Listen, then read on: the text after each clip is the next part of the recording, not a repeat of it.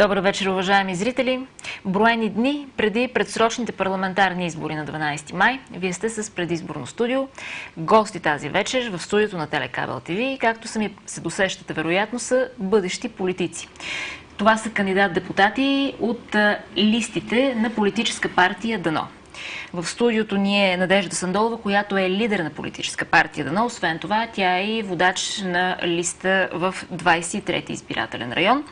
Тук е доцент Камелия Галчева, която е водач на листата за Пазарджишки многомандатен избирателен район, и Иван Терезов, който е втори във въпросната листа. Добър вечер. Добър вечер. Ами, тъй като говорим за една, може да се каже, спокойно млада партия, нали така? Защо ДАНО и какво означава ДАНО, госпожо Сандолова? Първо, ДАНО е изключително ежедневно използвано у нас.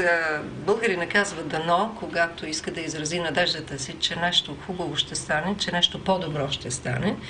Но това е само едно попадение на нашата абревиатура, защото цялото име на партията е Демократична алтернатива за национално обединение. Ние направихме партията, въпреки че имаме хора от протестите, които се присъединиха към нас, ние направихме партията още ноември месец, беше нашето учредително събрание, защото се видя, че има нужда от алтернатива. Просто виждате така негативното говорене и негативните чувства са изключително много срещу статуквото като цяло. Не срещу един политик, не срещу едно правителство, срещу статуквото и срещу цялата тази пародия, която ние трябваше да изживеем и в резултат на което стигнахме до ровене на кофите и съсипахме българската икономика.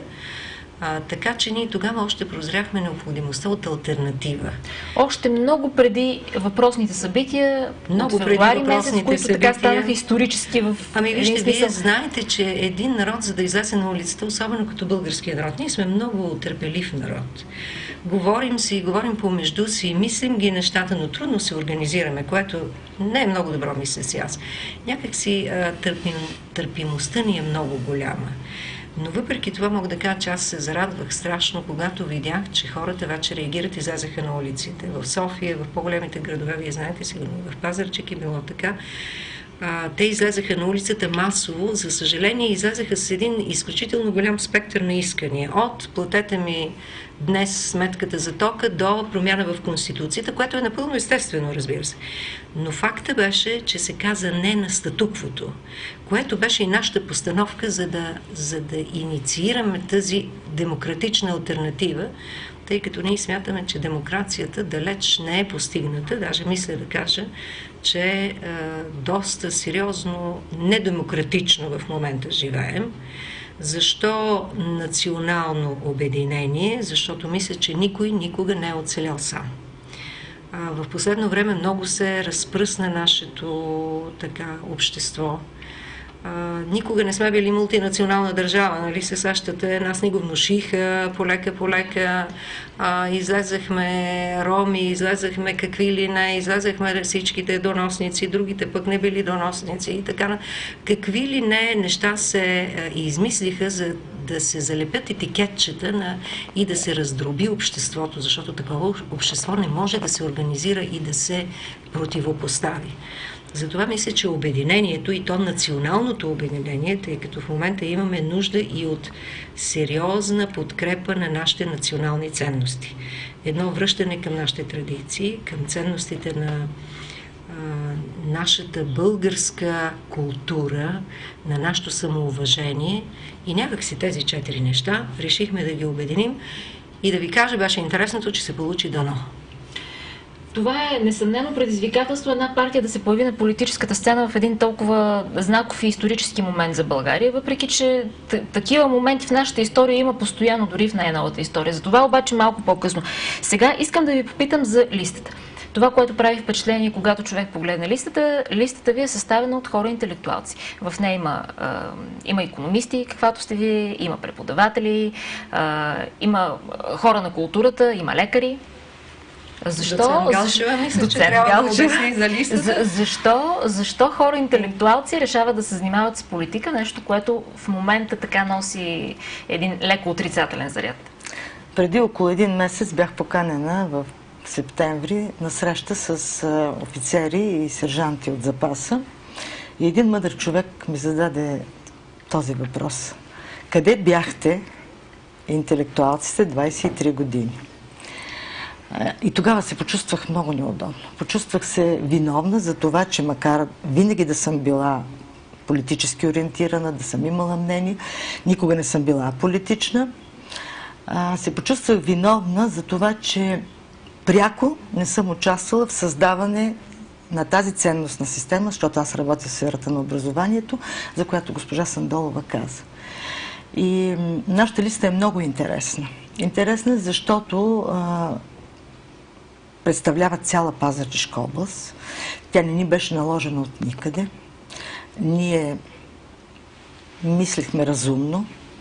И по тази причина имаме представители от Пещера, от Брацигово, от Белово, от Калугерово. Тоест, хора, които прегърнаха идеята. Никой никого не е по някакъв начин насилвал или специално оговарял.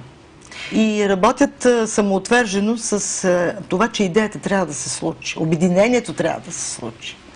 И ако предположим, че във вашата листа и във вашата идея така мислещите, интелигентните хора на Пазарджик, на София, респективно на всички останали избирателни райони ще се припознаят. Какво е посланието на дано и какво ще направите вие, ако дано попаднете в политиката в следващите 4 години? Активната политика в управлението на държавата.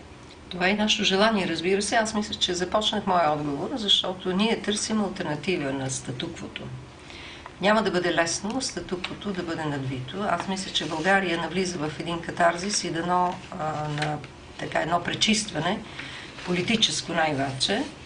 И оттам трябва да се получи икономически ръст, но това е и нашето послание. Нашата задачка е да направим едно ново изграждане на българската икономика. Прощавайте, само ще ви прекъсна тук. Значи, вие сте човек с изключително впечатляваща професионална биография. Кажете няколко думи за себе си. Вие сте икономист. И не случайно ви питам, вероятно ще работите най-вече в посока развитие на българската икономика. Кажете нещо за себе си накратко и каква е икономическата платформа на дано. Аз съм икономист, това е така. За мен мога да кажа, че цял живот моето виждане беше, че човек трябва да работи върху себе си. Преди всичко трябва да изискаш от себе си и след това да изискаш от околните или примерно от средата. Или може би ако човек достатъчно иска от себе си, всеки го прави, то тогава и обществото върви малко по-различно. Това беше и моето виждане. Цялата ми кариера е в публичния сектор. 10 години съм от първия състав на основателите на Българската сметна палата.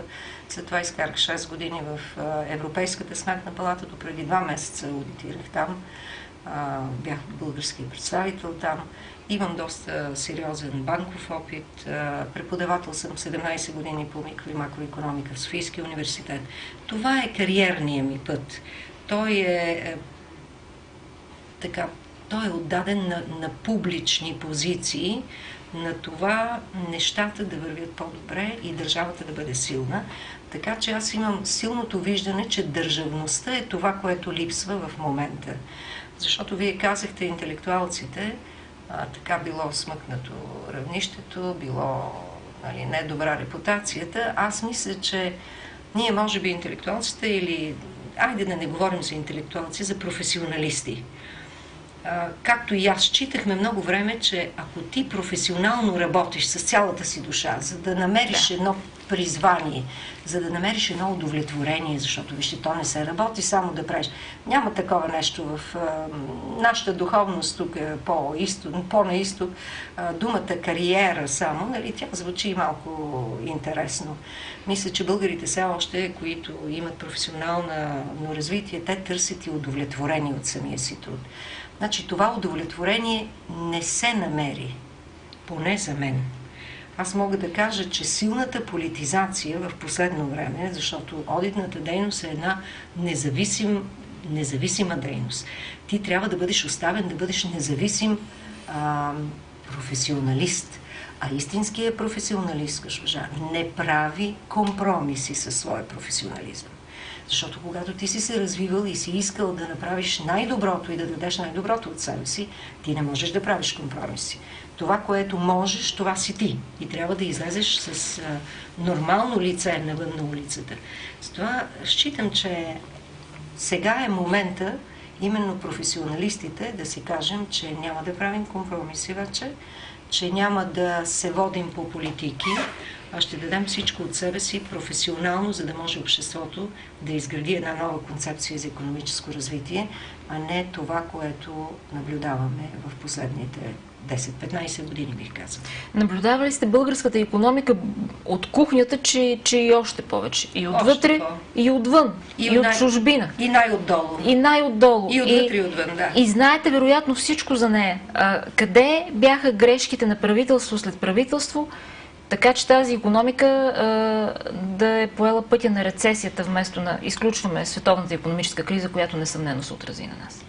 Вижте, самото общество, което трябваше да направи този преход, аз въобще се чудя дали ние направихме някакъв преход, всъщност беше и малко объркано в самото начало. Знаете, имахме един период, в който развивахме някакви такива развитието беше подложено повече на антикомунизъм, на антисоциализъм, на постсоциалистически постулати и така нататък. След това се почна една мощна приватизация, която приватизация, знаете, сега е момента, когато ядем всички негативни резултати от тази приватизация.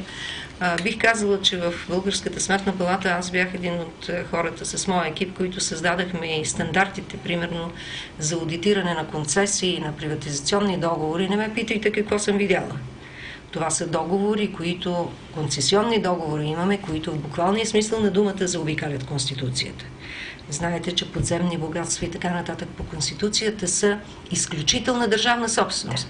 Когато ти, умишлено или не, сключиш един договор неизгоден за концесия, това означава, че ти заобикаляш конституционните права на обществото. А такива аз съм видяла не един и два и съм проверявала не един и два.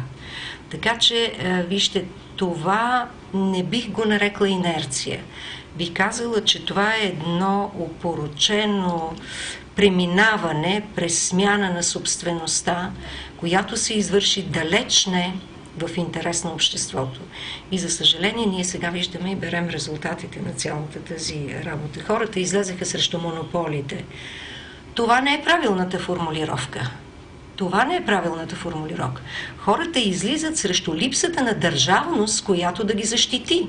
Срещу едни неизгодно сключени договори и концесионни, и приватизационни сделки, които нямаха никакъв контрол след това, и договори, които не се следи от страна на държавата, как се изпълняват задълженията, примерно, на този, който е приватизирал.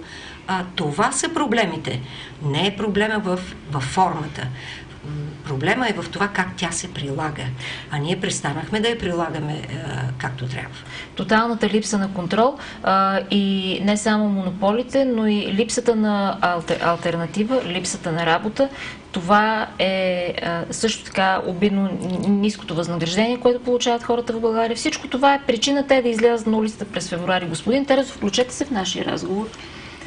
Какви надежди възлагате на партия дано за това тя да доведе така страната към едни по-добри времена, разбира се, ако успеете да попаднете в... Започвам от там, откъдето вие зададохте най-напред въпроса.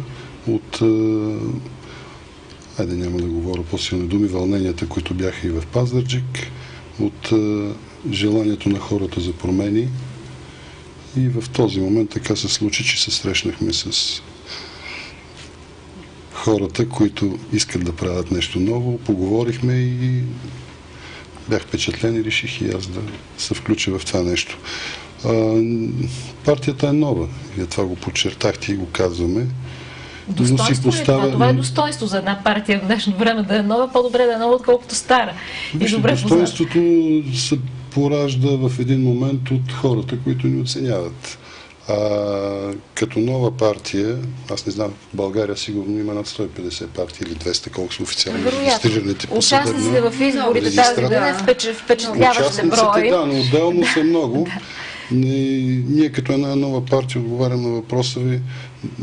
Целта на всяка партия би трябвало да е основната цел да влезе във властта, да промени нещо, да наложи нейните принципи и виждания на мнозинството хора и естествено да им помогне да им направи живота по-добър. И това е нашата цел. Казвайки за влизането на партиите във властта, публична тайна е в общи линии, че голяма част от малките партии се опитват да влязат в политиката с ясното съзнание, че няма да постигнат някакъв бог знае какъв резултат, а заветния 1% от гласове, който ще им осигури държавна субсидия. Аз, госпожо Сандолова, знам вашето изключително против, не само аз. Крайно мнение по въпроса. Може би вие ще сте човека, който ще така може да убеди хората, че има малки партии, които са на изборите не заради 1% и субсидията.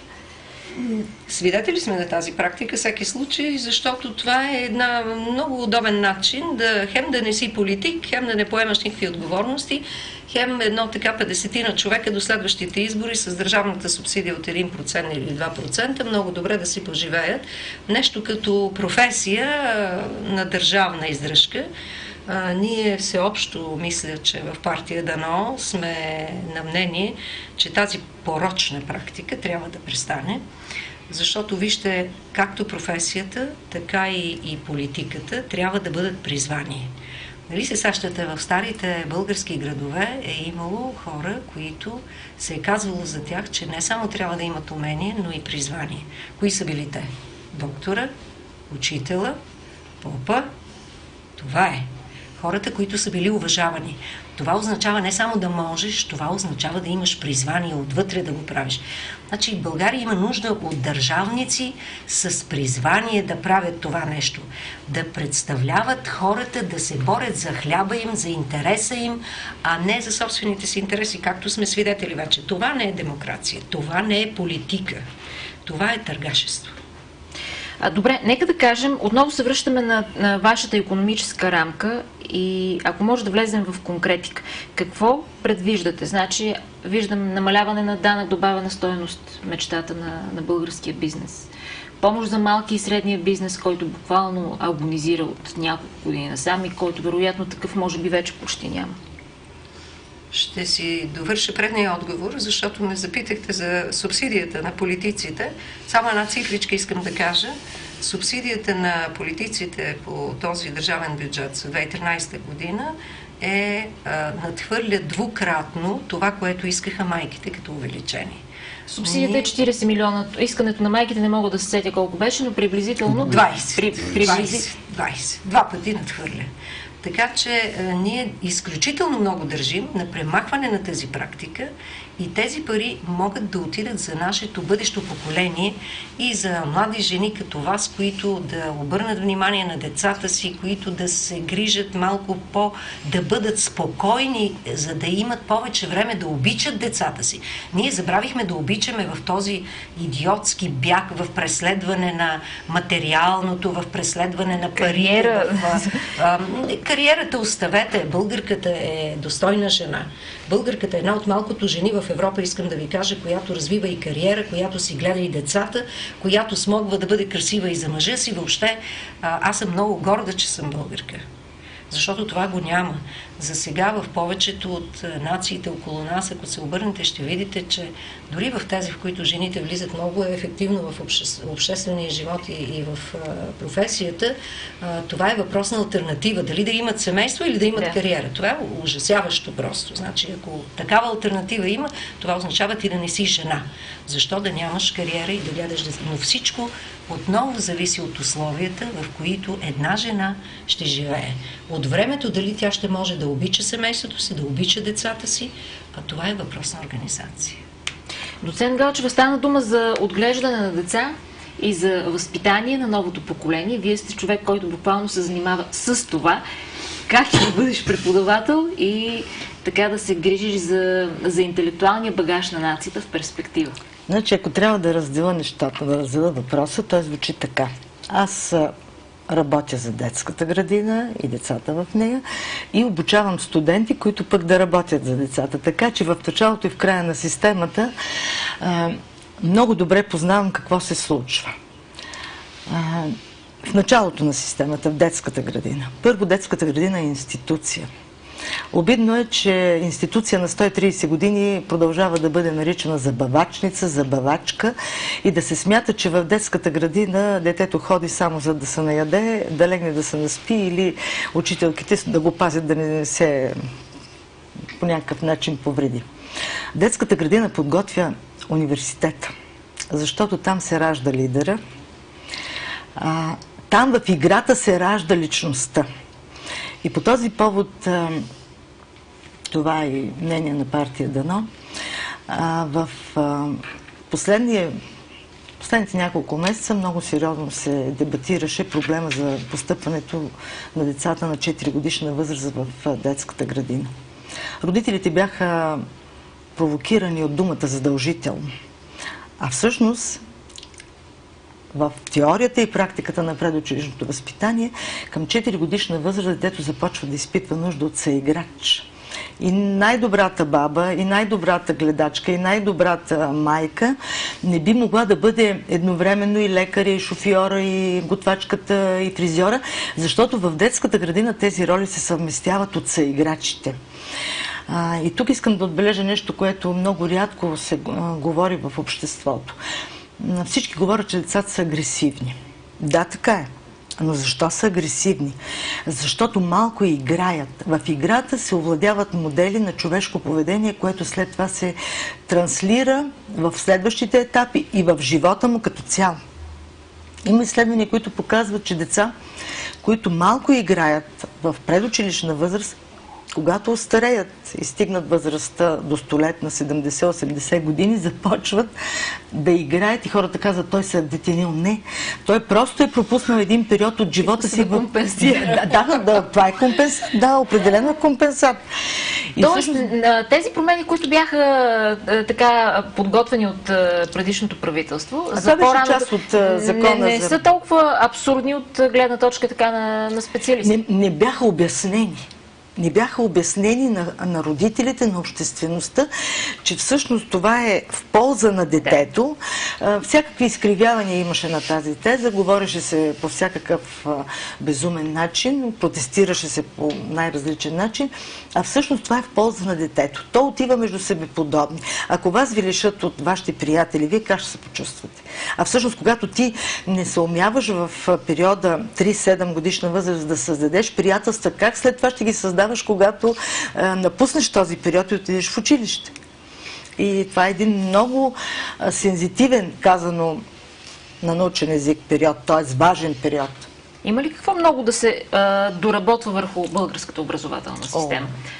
Има две полярни мнения. Едната е, че сме много добре подготвени и така природно интелигентни, а другата е, че сме в общи линии на дъното. Значи цялото предаване няма да ни стигне, за да изясним този проблем. Но да предположим, че вие имате шанс да се намесите в този процес. Когато обясняваме, че нашата образователна система е много, ние винаги даваме пример с това колко добри деца заминават да учат навън и колко добре се представят. Но в същото време никой не казва. 37% от децата не завършват своето образование, а това е огромна армия от неграмотни. 41% от децата са неграмотни, не разбират това, което четат. И в крайна сметка се получава, че тази част, която успява успешно да завърши средното си образование, постъпва в университет. Какво става с останалата част? Тази част, която би трябвало да влезе в обществената система подготвена и да е социализирана, за да може да търси работа, да може да се реализира. И идеята на бъдещите планове на Дано е как да върнем тези деца в училище.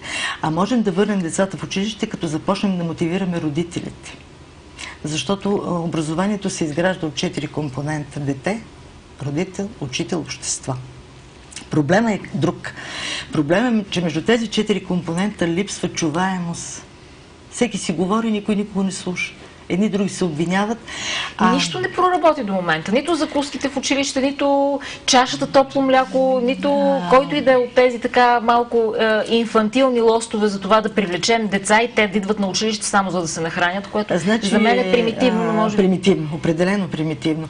Значи, онези деца, които отпадат от училище, би трябвало по някакъв начин да бъдат мотивирани с бъдещето, което биха изградили, ако остават в училище. Значи има едно друго правило. Много често децата мечтаят от най-ранна възраст какъв искам да стана. И много често възрастните стагнират тази мечта, като му казват, да бе, точно ти ще станеш еди какъв си.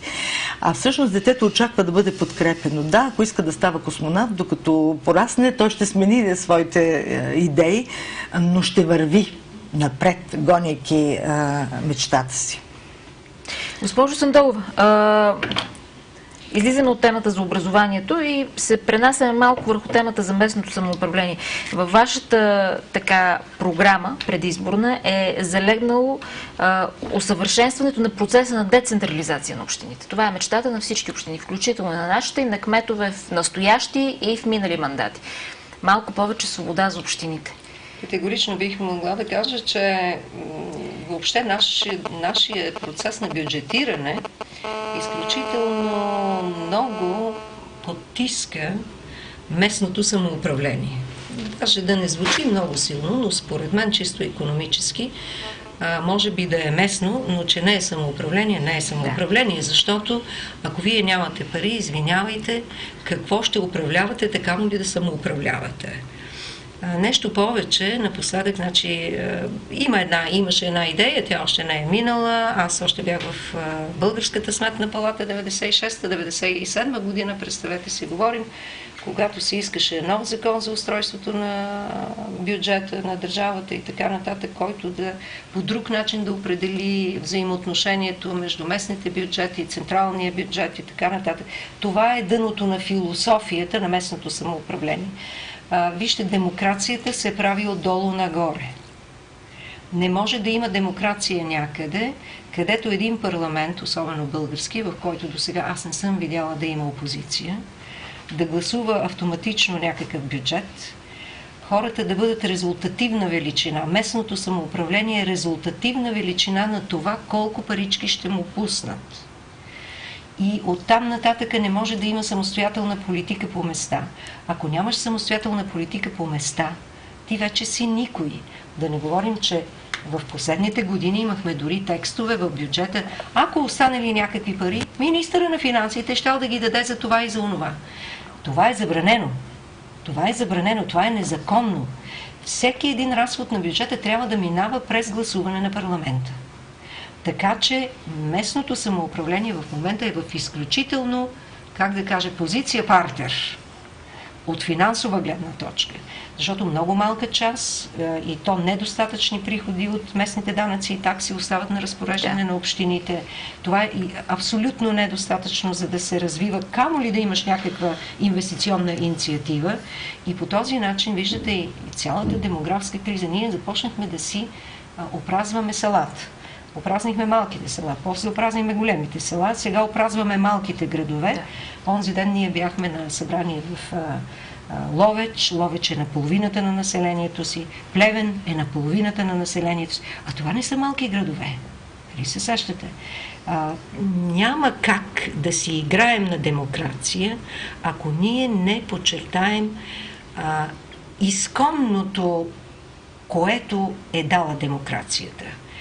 Ти живееш на местото, където живееш. Ти искаш там да живееш. Ти искаш твоите интереси там да бъдат защитени. Искаш училището ти да бъде там, болницата ти да бъде там.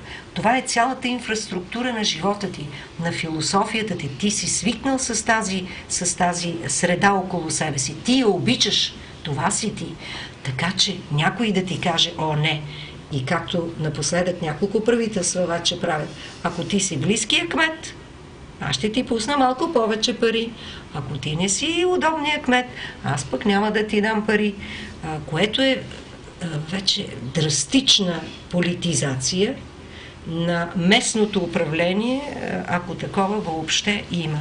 Изключително сме против това. Ако видите развитите, нормалните, демократични държави, ще видите за какво самоуправление става дума. Това са специфични интереси, специфична проблематика навсякъде, която така дава изказ и намира решение на местно равнище. но всичко коства и финансиране, и най-вече финансова самостоятелност. Тоест, бюджета би могъл да го понесе, да даде малко повече свобода финансово на общините при едно умело ръководене, естествено. Категорично, и не е бюджета този, който фактически ще определи какво точно ще бъде инициативата или инвеститорските възможности, или инвеститорските свободи, или политиките, които могат да бъдат развивани на дадена територия. Като следствие на това мога да кажа, че много от активите на България, например минерални извори, например местни, специфични, хубави неща, които могат да бъдат развити, примерно туризъм, исторически или нещо, заради елементарна липса на елементарни суми, това не може да бъде развито. Целият регион губи физиономията си, губи съпричастността си към хората, които са свикнали с тези неща да ги виждат около себе си, парк или някакви разкопки исторически или нещо друго, с което те са били горди. Сега изведнъж няма нищо. Минерални води, голяма работа. Нали, ще ги даде на концесия да дойде някой марсианец, нали, и том да направи спа център, а пък минералната вода ще тече през чешмата, без да знаем какво има вътре. Просто ние сме греховно сме, безотговорни сме към това, което имаме. А това, което имаме, се цени от хората, които живеят там, където това нещо го има. И в резултат на това огромни територии от България в момента са буквално обезлюдени. Ние тук в този край на горнотракийската низина сме облагодетелствани, защото сме между София и Пловдив, но в Северна България е изумително как Видин, как района там е буквално обезлюден. Колкото до общините, да, те се опитват да се справят както могат и изключително много с надежда очакват европейско финансиране. На прага сме на нов програмен период в момента, т.е. след 2013 очакваме нови средства от Европа. Ще имаме ли достатъчно така човешки експертен ресурс да ги привлечем и усвоим? Парите от Европа са един важен източник в момента. Ние трябва да се научим. Горе-долу след 2008 година бих казала, че се понаучихме да ги усвояваме в целия им спектър на програми, които се финансират и за градовете, и кохезионните фондове, и преките плащания в земеделието и други програми, вие ги знаете. Предстои ни нов период. Новия период се характеризира и с нови техники обаче на усвояване на средствата. Аз съм много притеснена, защото такава нова техника за усвояване на субсидиите ще има и в преките плащания в земеделието. Не знам какво се прави в това отношение. Партия Дано е изключително недоволна от работата на фонд Земеделие, например, до сега, които доведаха, усвояването на средствата доведе до едно неизпълнение на европейските политики и доведе до един дисбаланс на структурата на земеделието до толкова, доколкото го има въобще. Партия Дано, ако видите нашата програма 10+, ще видите, че ние даваме основен национален приоритет за така първоначален тласък на икономически растеж на земеделието и, разбира се, европейската субсидия там е много важна. Много лоши резултати имаме на усвояване до сега в кохезионните фондове. Усвояването ни до края на 2012 година, за което има статистически данни и палатата, Европейската сметна палата, в която аз бях на работа до преди 2 месеца, отчете 28% усвояване само. Което означава какво? Означава, че ние не сме направили достатъчно от себе си, за да можем правилно и достатъчно да усвоим тези средства. Ни чакат нови предизвикателства с новите техники. Ще има повече финансови инструменти, което никак не е лесно. Ще има нови техники в кохезионните фондове, така че аз мисля, че имаме потенциал, но не правилните хора работят. Затова ние в нашата програма на партия Дано сме записали следното. Младите хора предимно трябва да се насочат към усвояването и всичките техники за проектиране, изпълнение на проекти, целият този цикъл от проектирането до утвърждаването и до финансирането на крайните бенефициенти, защото ние имаме млади хора. Младежката безработица е изключителен проблем. А това са хора с езици. Това са хора, които имат вече някаква мултинационална култура. Много от тях са завършили навън. Те знаят за какво става дума. Те знаят този тип административна документация, защото това е един от проблемите. Да. Европейското администриране е подчинено на малко по-други традиции, малко по-други детайли. Тези деца познават това. Аз мисля, че трябва да им се даде 100% път да заемат местата при освояването и в целия цикъл на освояване на европейските средства. Всъщност това е основният проблем. Така, недостатъчно добрия капацитет, експертен, с който ние разполагахме в самото начало, за да привлечем достатъчно и усвоим най-вече достатъчно средства от Европейския съюз. Не бих казала, че само и трудният достъп до самите програми, особено в сектора земеделие. Хората масово се оплакваха, че те буквално нямат достъп до тези програми. Ами вижте, има един последен доклад. Аз бях още действаща в Европейската сметна палата. Той е някъде от ноември месец 2012 година. Той е анализ на политиката на преки плащания в новите държави членки, които след 2004 са влезли в Европейския съюз. И там категорично България е посочена като ярък пример за неизпълнение на политиката на преки плащания. Защото политиката на преки плащания гласи, че това е начин за подпомагане на малките земеделски производители, по-точно в тяхното оцеляване като доход. Значи те като малък производител не са достатъчно конкурентно способни, затова програмата ги подпомага, за да могат те да имат достатъчен доход, за да оцелеят, да продължат да обработват тази една земя. България беше посочена последния начин. Изключително, казва, голямо отклонение в изпълнение на политиката е България, където над 50% от субсидията на преките плащания се усвоява от 10% от бенефициентите. Това означава, че ние развихме и субсидираме едни големи производители, едни големи арендатори. Да не говорим, че дисбалансирахме самото селско стопанство като видове култури, които се отглеждат у нас, с много голям дефицит на зеленчуко производство. Не говоря въобще за животновъдството, което се унищожи в последните години. Нали, имаме едно зърнопроизводство, което голяма част от субсидията отиде там, което всъщност работи и за износ в момента. А в това време, ще видите статистиките, България вече е хранително зависима от внос на 80%. Представете ли си това? България, която 30-та година е изхранвала Европа по време на Великата депресия с селско-стопанска продукция. Ние в момента сме хранително зависими. Ние не изхранваме дори себе си. По последни данни, дано не са спекулативни, но това е чудовищно. Това, което днес прочетох и ме шокира силно, е, че всъщност ние правим сирене и кашкавал с мляко от Унгария. Вместо си. И не само, вероятно, да не говорим за плодовете и зеленчуците, които отдавна не са български. Млечна промишленост работеше дълъг период с млеко, внасено от Германия. Всеки ден и при президент идваше по една цистерна с мляко. Тоест, нашата слава така на аграрна страна вече може окончателно да се простим с нея. Няма да се прощава. Затова вие стимулиране на процеса на кооперативно сдружаване. Категорично, при това не се ли опасявате, че някои хора виждат старите теки за сета във всичко това? Ама не, вижте сега, ние не можем да опоручаваме нещо, защото някой има погрешен, изкривен стар спомен за нещата. Значи, за да не опоручаваме нещата, аз бих върнала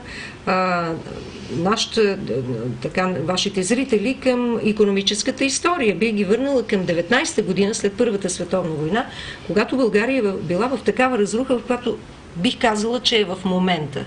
Плаща огромни репарации след Ньойския договор, а всичко е сринато и така нататък. Кооперирането и кредитно-влоговите кооперации вдигат земеделието на България за 10 години на ръст 2 пъти по-голям, отколкото това, което е било до военното производство. Значи ние имаме традиции в това отношение. Вчера бях на една много интересна, господин Терзов също е така вещ в тези неща, на една изключително интересна кръгла маса на земеделските производители, Асоциацията на земеделските производители, където беше казано най-страшното нещо е, че земеделието в България излезе от рамките на българските традиции. И бих казала не само земеделието. А по отношение на млеката, млекопроизводителите пък се изказаха и казаха, вноса на сухо млеко е изключително голям и казва, един от производителите каза, аз ви гарантирам, че когато се влага сухо млеко, нали така, господин Терзов, вие разбирате това, не може да се получи качествен млечен продукт. За какво говорим? Ние зачертахме въобще животновъдството си. А защо го направихме, никой не може да каже. Просто няма политическа воля, разбирате ли? Няма политическа воля. Вчера беше също много интересно, защото се оказа, че има такъв невероятен консенсус между производители, имаше и работодатели там, имаше профсъюзни, имаше партии, изключително интересен форум, на което стана ясно, че националният интерес, нещата не са толкова сложни да бъдат постигнати, но никой не чува. Няма политическа воля. И хората казаха, умръзнани да слушаме само лозунги. Затова ние от партия Дано казваме, нека да сме прагматични. На селското стопанство му трябва организационна структура, да я върнем. Кредити имаме. Кредитно-финансовите кооперации са работили много добре. А този проектозакон виси вече толкова години в парламента и никой не му обръща внимание. Водата. Защо е толкова скъпа водата? При такава скъпа вода, ето вие сте пазят Гжишко, Пловдивски регион. И пълни язовири. И пълни язовири. Цанков камък. Защо не напоява на никъде? Той не води на никъде. Това огромно съоръжение не се използва достатъчно ефективно за напояване. След това изкупуването. Изкупуването от малкия производител. Защо няма изкупуване? Значи ние поддадахме икономиката на една... Не става дума за нарушаване на механизмите пазарните, но става дума за държава, която следи и защитава малкия производител. Защитава го от посегателствата на, извинявам се за думата, на мутри, от посегателствата на местни велможи, от посегателствата на нелоялна конкуренция, от липсата на всякаква комуникация. Те се оплакваха вчера, земеделските производители, липса на инфраструктура. Човека казва, аз работя на полето, нямам път до моята птицеферма. Всичко е заровено, на всичкото отгоре. Сега от цялата тази ситуация с недоимъка в местното самоуправление, знаете тези такси, отпадъци и тъй нататък, те искат майка си и баща си от хората. Вие сте малък производител, ние искаме тези малки фирми да бъдат в началото 2-3 години да бъдат освобождавани от данъци и всякакви такива, бих казала, изнудвания от страна на държавата. Защото, вижте, имате семейство, имате малко земя, имате субсидия от Европа. Защо да не отгледате нещо, да го вкарате в местния пазар? Няма нужда да сте толкова чак пък конкурентно способен. Ще го продадете на пазара в Пазарджик, ако той, разбира се, не е покрит от други интереси и така нататък като инфраструктура. И в същото време вие ще си изхраните семейството. Ще освободите и социалните плащания. Това е логиката. Хората казват, оставете ни на мира да можем да се изхраним. Това е проблема и това е в дъното на всичко. Ужасен контрол върху малкия и средния бизнес, малкия и средния производител, ужасно високи изисквания по европейските програми и всъщност хората в един момент се оказват демотивирани да се занимават с това, с което са се занимавали, вдигат ръце и това е. Оптимист ли сте, че това е един процес, който може да бъде обратим? Категорично. Вярвате, че е нужна единствено воля, за да може, когато се събере следващия парламент и се създаде следващия кабинет, нещата да бъдат променени? Политическа воля, държавата да не се ползва, администрацията да не се ползва за рекет, за репресия, да няма административен произвол. Вие виждате нашата програма 10+. Този плюс фактически са двете условия, за да може въобще нещо да тръгне. Да се прекрати политическия рекет и да се прекрати административния произвол. Защо ви е този лицензионен режим? Искате, знаете ли, онзи ден бяхме даже с господин Терзов заедно, оплакаха ни се ресторантьори. Казват, ние трябва сега за сезона да отворим, да плащаме всичко месеци преди сезона, за да може да мине този с този лиценз, другия да ти позволи лампата да ти свети на не знам си къде, третия да ти каже, че нали, всичко е изрядно от хигиенна гледна точка и така. Това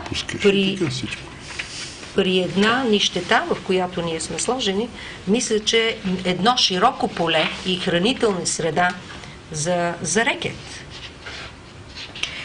Предизборната кампания в момента е в разгара си. Какви са вашите впечатления от това, което се случва? Наблюдавате ли работата на други партии?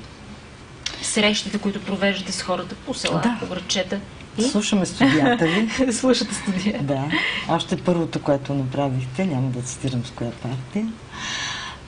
Следим как се изпълнява закона за лепенето на афиши, защото безобразно се лепи и украсява града. Този процес има бум от това насам. Значи ние ще спазим всички нормативни правила и няма да залепим там, където ни трябва. Да не говорим, че не бихме нарушили територия на друга партия и не бихме създали прецедент в предизборната кампания, защото сме позитивни като хора. Също така срещаме огромна подкрепа от хора, които са видяли това, което сме показали и се надяваме, че ще имаме една хубава подкрепа и на изборите. Странни процеси се развиват в момента в разгара на предизборната кампания. Дали това е компроматна война или съвсем реално съществуваща ситуация, но какво ще кажете за скандала с подслушването, който така достигна своя пик преди седмица? Вижте, интересно. Това е медийна новина номер 1. Случайно ли е това според вас или често го задаваме този въпрос? Едва ли е точно случайно. Няма нищо случайно в нашата политика. Особено когато момента дали е подходящ или не е подходящ, но е в интерес на определени хора в тази предизборна обстановка. Аз съм на мнение, че по всички тези неща, които са повдигнати, има си съответните правозащитни органи, които трябва да решат нещата, да ги проучат и да вземат адекватно решение без натиск и без задкулисни действия. Вярвам, че имаме правосъдие в много висока степен. Да. И има много морални хора там. Да. И които ще си свършат работа. Аз познавам лично такива, затова го казвам. Да, всички положения има. Преди малко се шегувахме. Не мога да обобща за цялата държава. Да, разбира се. Преди малко се шегувахме тук с колегите от партията Дано и казвахме, нека пък да ни подслушват най-много да чуят нещо умно. Най-сетне. Който няма какво да крие, но вижте, категорично искаме да кажем, че подобен стил и подобни методи не са характерни за демокрацията и когато те са прилагани неправомерно, това е срамно, тъй като аз бих цитирала само една цифра: 100 милиона за подслушване в бюджета за 2013 и 92 милиона за култура, мисля, че не е най-вярната тенденция за развитие, за духовно и културно развитие на една нация. Тъй като предаването върви към своя край, нека да обобщим какви са първите задачи, които бъдещото правителство и бъдещия парламент трябва да свършат, за да реанимират малко случващото се в момента и така народа като цяло. Ситуацията икономическата е много тежка, въпреки че правителството служебното отказа да даде точни данни за какво става дума в хазната. Говоря за точните данни по отношение на изпълнение на бюджета, като приходна и разходна част, фискалния резерв и така нататък. От това ще зависят много степента на мерките, които ние предвиждаме, в каква степен те ще могат да бъдат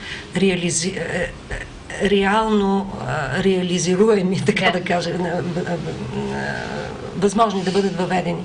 Така или иначе и намаляването на ДДС за основни хранителни продукти, което ние предвиждаме, след това за лекарства, за детски храни, ще зависи изключително от състоянието на бюджета. И при всички случаи ще може да бъде въведено, както е по закон, от началото на 2014 година, защото трябва първо да се променят данъчните закони, след което се приема бюджета за следващата година. Така че бих казала, тежка е ситуацията, тежка ще бъде короната на следващото правителство. Ще се помъчим максимално да подпомагаме и експертно, и с евентуално участие това, което трябва да бъде направено. Но мерките трябва да бъдат мигновенни и много сериозни по отношение на доходите, по отношение на мизерията, в която в момента се намира българския народ, и максимални стимули за икономически растеж, тези, които ние сме включили в нашата програма. Спешни мерки по отношение на икономиката. Изключително спешни. Доцент Галчева? Най-напред трябва да бъде прият закона за училищното образование и предучилищното възпитание, но не в този вид.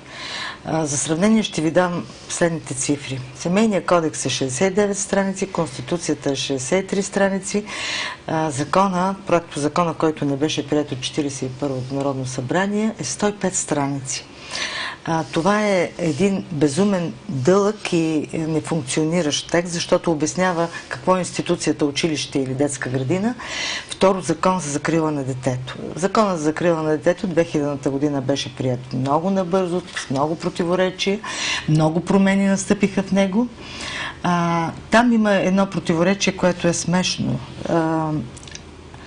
В полезрението на защитата попадат децата в риск и децата с изявени дарби. Какво правим с всички останали, които са масовите деца, които са всъщност децата на България? Защото талантливите деца са 2%. Това е статистика световна.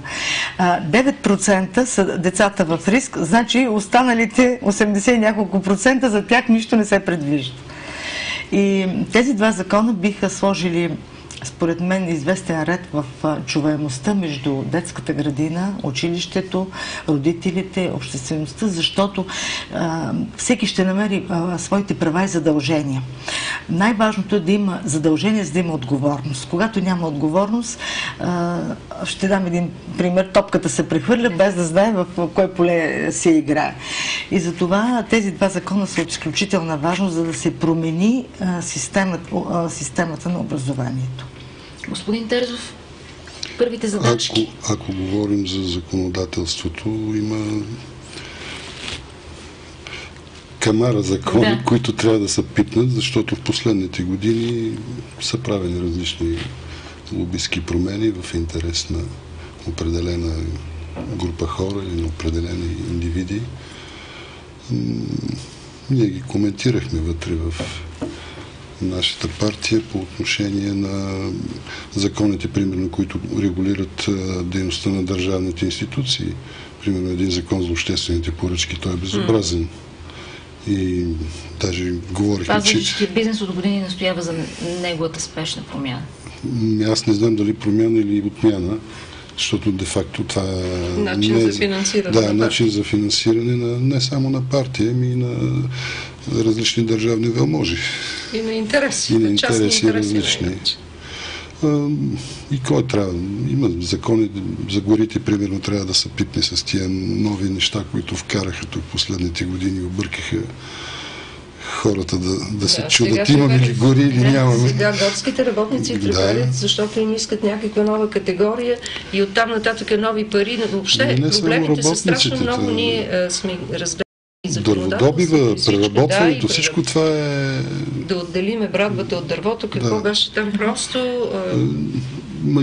Където и да погледнеш, все нещо трябва да се пипне и ние, евентуално влизайки във властта, ще настояваме всички тия неща да бъдат видяни, чути и променени.